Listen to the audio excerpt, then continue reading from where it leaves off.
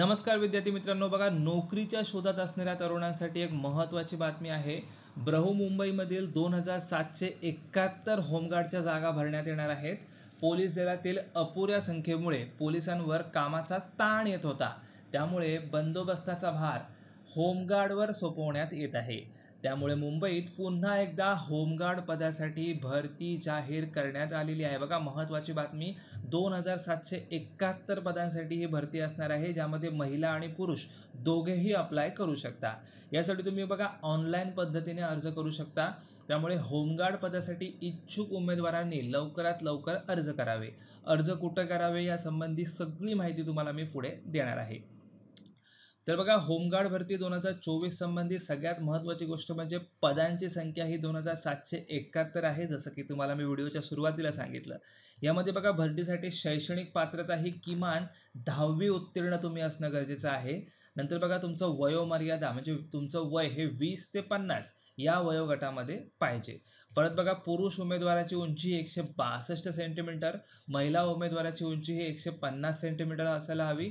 नंतर बघा अर्ज करण्याची शेवटची तारीख ही 10 जानेवारी 2025 आहे, म्हणजे आता इथून फक्त 10 दिवसच तुमच्याकडे राहिलेले आहेत अर्ज करण्यासाठी।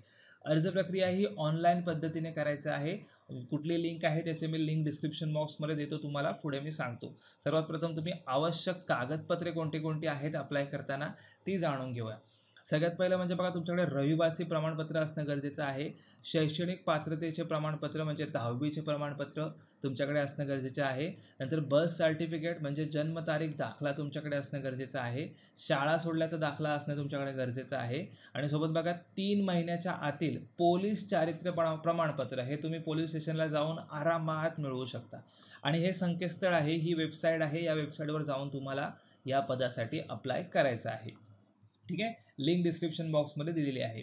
आता तुम्हाला करायची शंका असेल की होमगार्डचं नेमके काम काय असतं, होमगार्ड काय काम करतात। तर होमगार्ड तर बघा ही नोकरी किंवा रोजगार नसून आपत्कालीन स्थितीमध्ये कायदा व सुव्यवस्था राखण्यासाठी पोलीस दलाच्या मागणीनुसार त्यांना बंदोबस्तासाठी बोलवलं जातं। होमगार्ड यांना बंदोबस्तासाठी बोलवलं जातं, रिक्वायरमेंटनुसार गरजेनुसार त्यांना बोलवलं जातं। याच्यामध्ये बघा अग्निशमन, विमोचन, महामारी किंवा संप काळात प्रशासनाच्या मदतीसाठी होमगार्डची नियुक्ती करण्यात येते। समजलं तुम्हाला होमगार्डचं काम काय असतं। बघा पगार चांगला असतो तरीसुद्धा, त्यामुळे तुम्ही जर नोकरीच्या शोधात असाल तर मी म्हणेन नक्कीच या पदासाठी अप्लाय करा। लिंक डिस्क्रिप्शन बॉक्समध्ये दिलेली आहे, त्यावर क्लिक करून तुम्ही लगेच या जॉबसाठी अप्लाय करा। धन्यवाद।